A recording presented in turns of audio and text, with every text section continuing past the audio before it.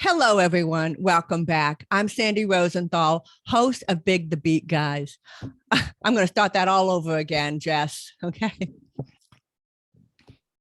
Hello, everyone. Welcome back.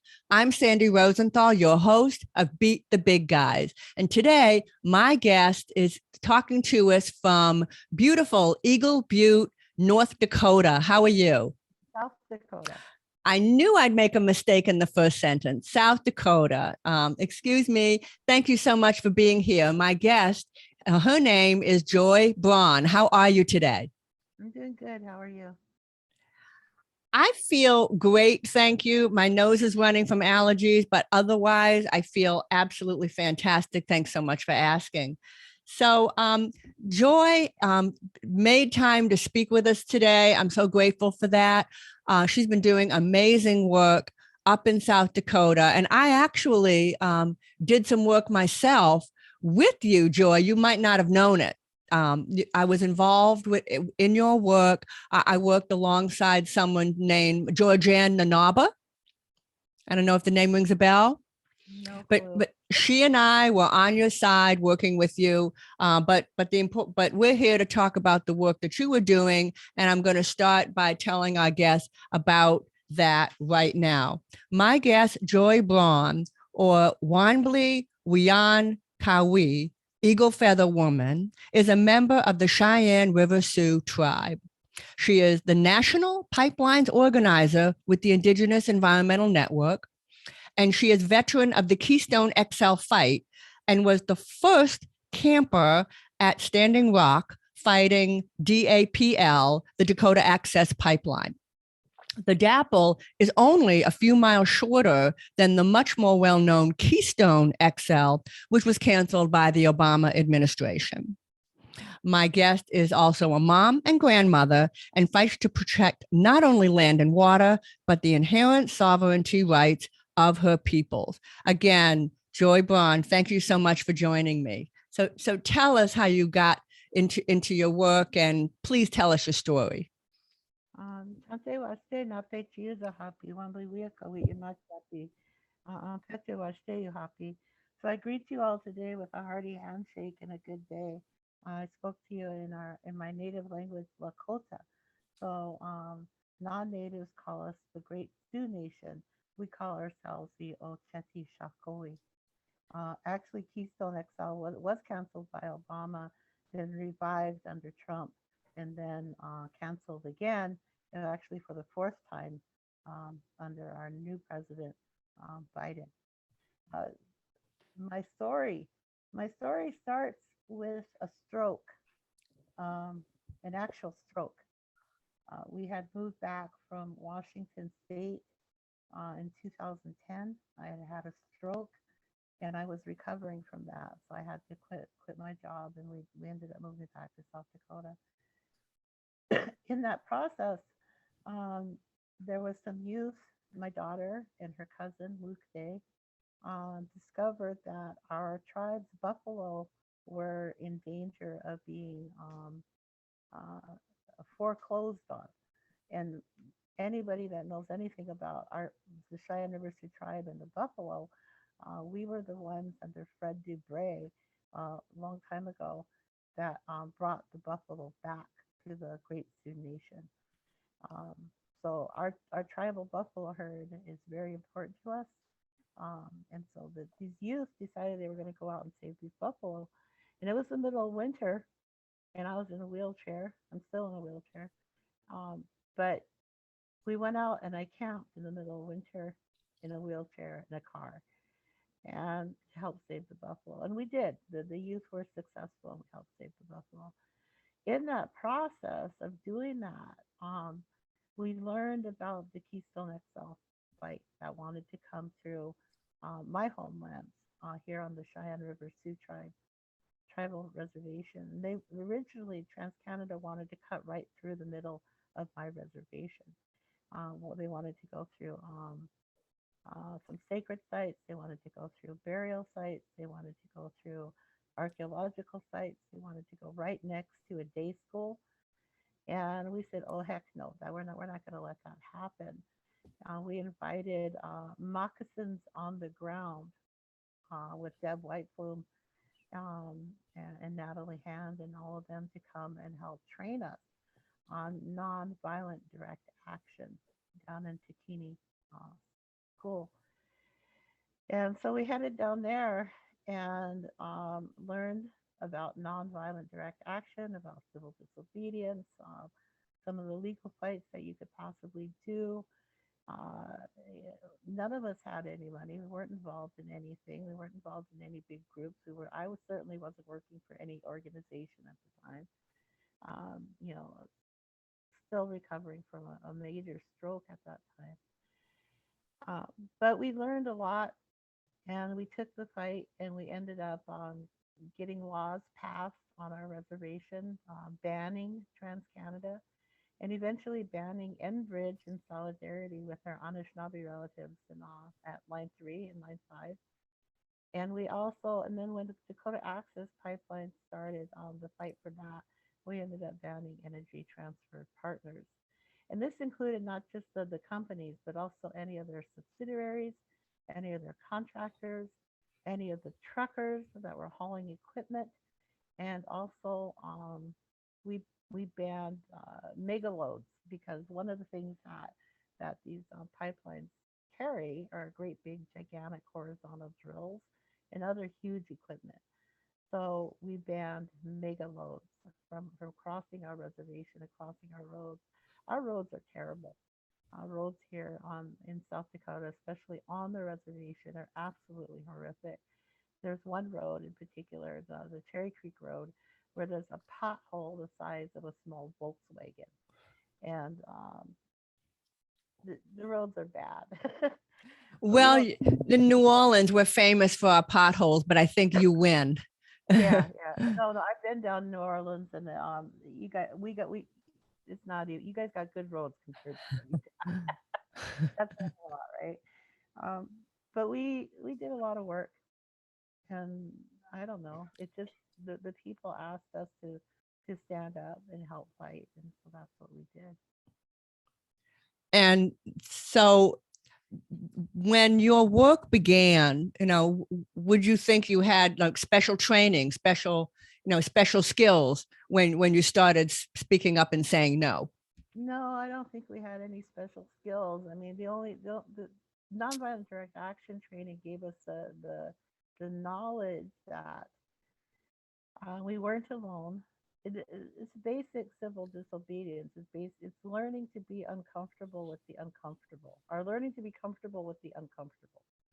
So you Mm-hmm. put yourself into situations and you put other people in situations that make them feel uncomfortable, such as standing up, holding signs, chanting, singing songs, whatever it is.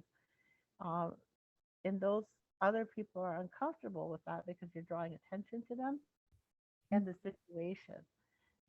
But that's what you have to do sometimes because otherwise they're just going to roll over you and do whatever the heck they want to do with you or with your people or with your community, and people have the right to stand up and say no.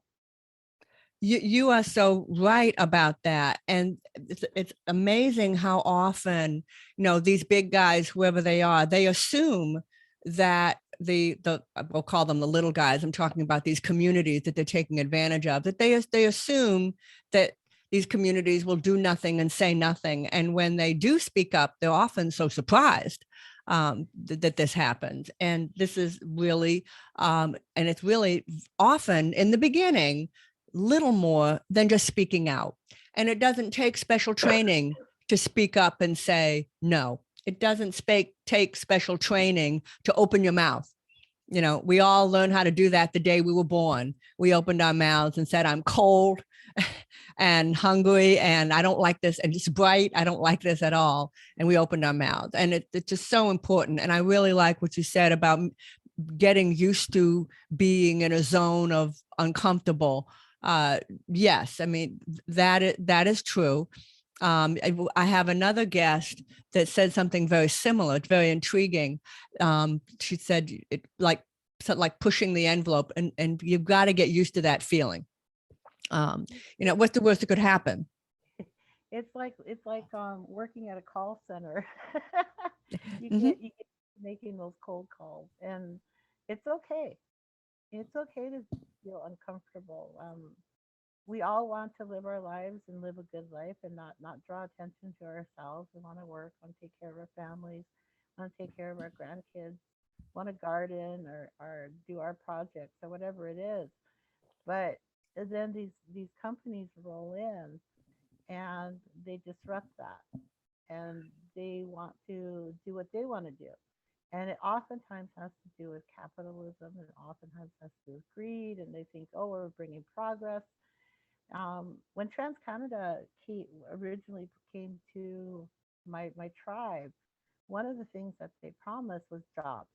And that's what they always promise. That's what these Mhm. big oil companies promise. It's what coal companies promise.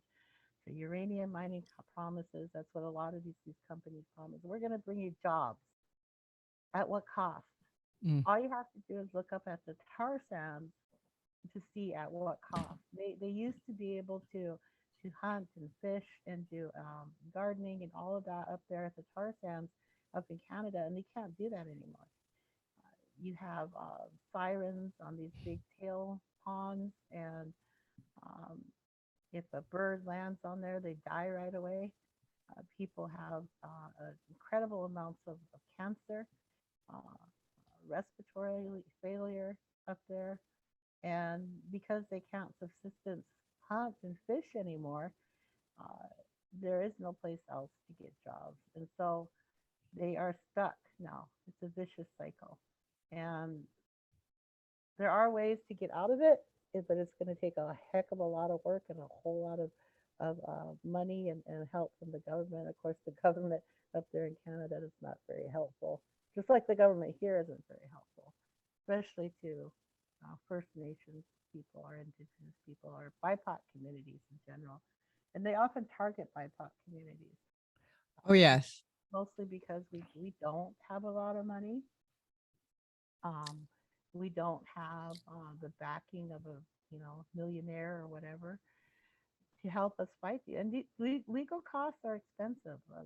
These are a very expensive fight. But if you raise enough noise, you can get help.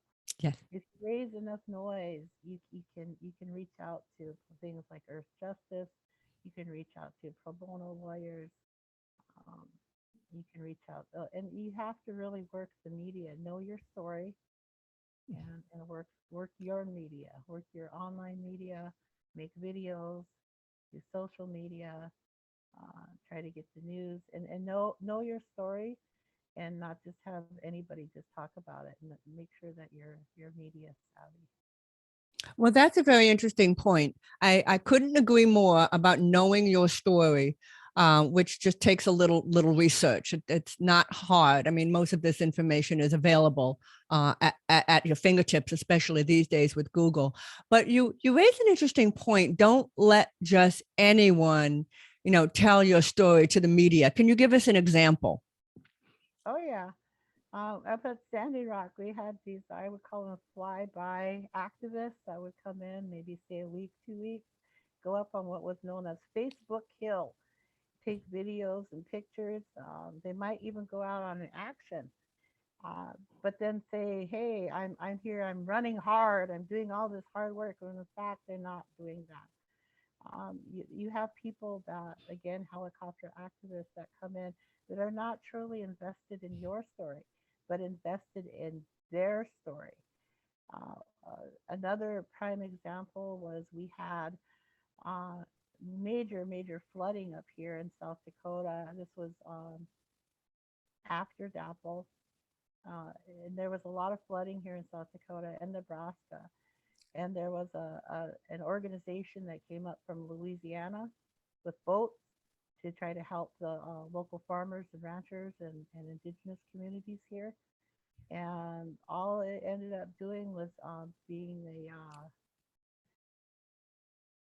a pocketbook for them to fund themselves. So they used our stories to fund themselves. And once we got wind of it, we had to ban these particular individuals and organizations from our tribes.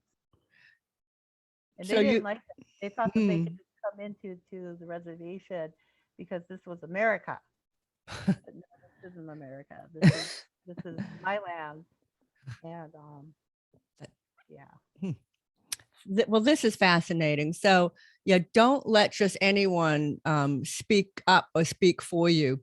And I do recall that one of my rallies, just to talk about my own, blow my own horn for just a moment, at the opening rally that my organization held to kick off the movement of levees.org and hold the Army Corps of Engineers accountable, my rally almost got hijacked. But by that, I mean people came in, to talk to the media about their agenda and their issues. And we that day, I did have to ask a couple of people to follow them and make sure that they didn't speak to the media, about their issue. So yes, it can happen, and it is up to you. If you have a mission that you're trying to push. I almost said agenda, but it's the same thing. There's nothing wrong with an agenda. An agenda is a plan. There's nothing wrong with having a plan. And so it is up to you, to make sure that your message, that the people talking to the media stays on message. And one last thing really fast, because we're here to interview Joy, not me, is I often, before we had a major event, I would have a talk with all of the speakers, of the possible speakers in my organization, and made sure we had all the same talking points. That's it. Just make sure you had the same talking points. You don't want to be confusing.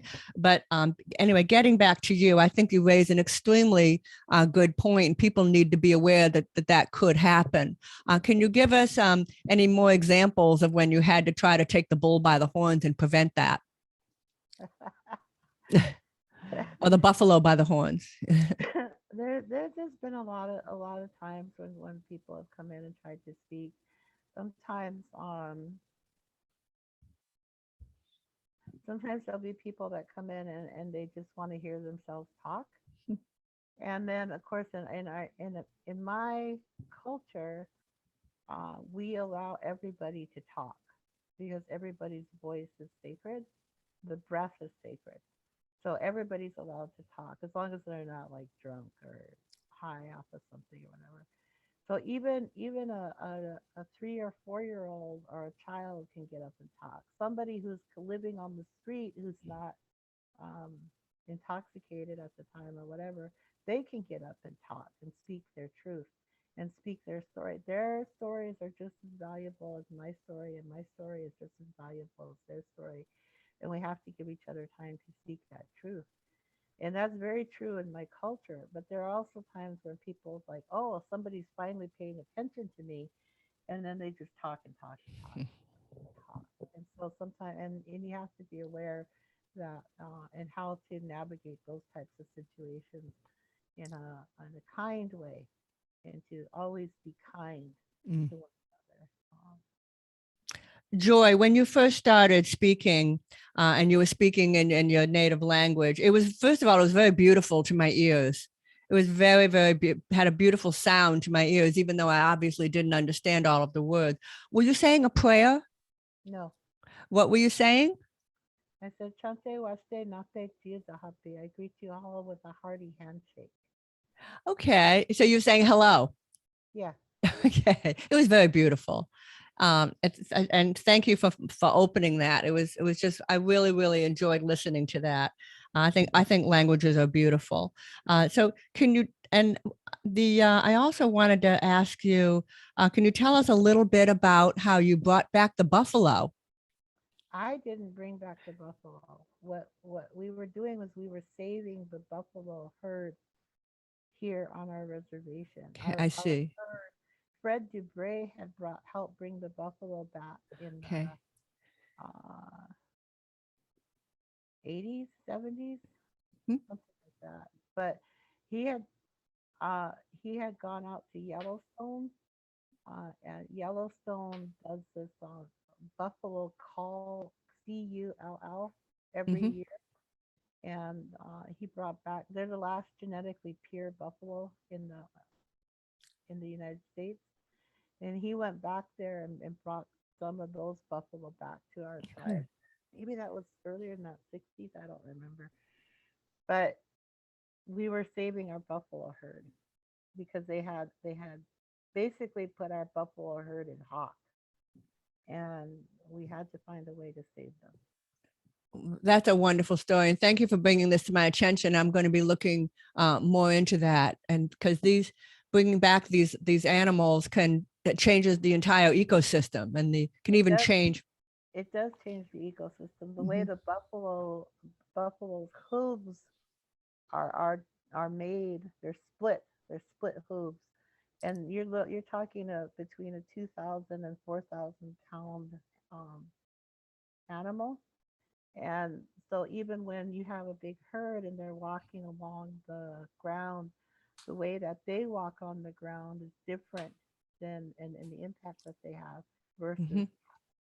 cattle are not split hooves like the buffalo are, and cattle just graze things down to the very nub.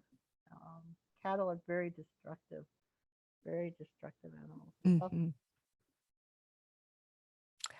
Well, thank you. That's fascinating. Joy, is there anything else? We're about running out of time. Is there any final words of encouragement or of advice that you'd like to share with our listeners as they work on beating the big guys in their own neighborhoods? Remember that you're not alone. That you follow along the paths of many people before you. That these fights are many spokes to the wheel. There's lots of different ways that you fight the big bad guy. You fight them through media. You fight them through getting up and speaking. You fight them through talking to your everyday person on the street. You do petitions. You do a lot of legal work. You go to a lot of hearings. You talk to more people. It, there's just a lot of things that you do. It's never just one thing, and it's always about finding the talents that are within your own community, and letting those talents shine. It's never about one person. It's about the community, and you can do it. It takes a lot of work. These are not easy fights. They are not fast fights. These are long fights. So get ready for a long haul. It will be rewarding in the end, um, but you can do it. That was a beautiful and truthful and empowering message to our listeners. It's such a good message. I think what I'm going to do is I'm going to transcribe it and put it in the description because it was excellent. And you just came up with that off the top of your head. Yeah. That was really beautiful. Thank you so much, Joye Braun, again for joining me today. And I hope all of you enjoyed this episode. Please be sure to rate, review, and star this podcast on all of your favorite platforms. And remember, no matter who you are, you too can beat the big guys. Okay, stay with me. I'm just going to stop recording. I wish they'd make the buttons a little bit bigger.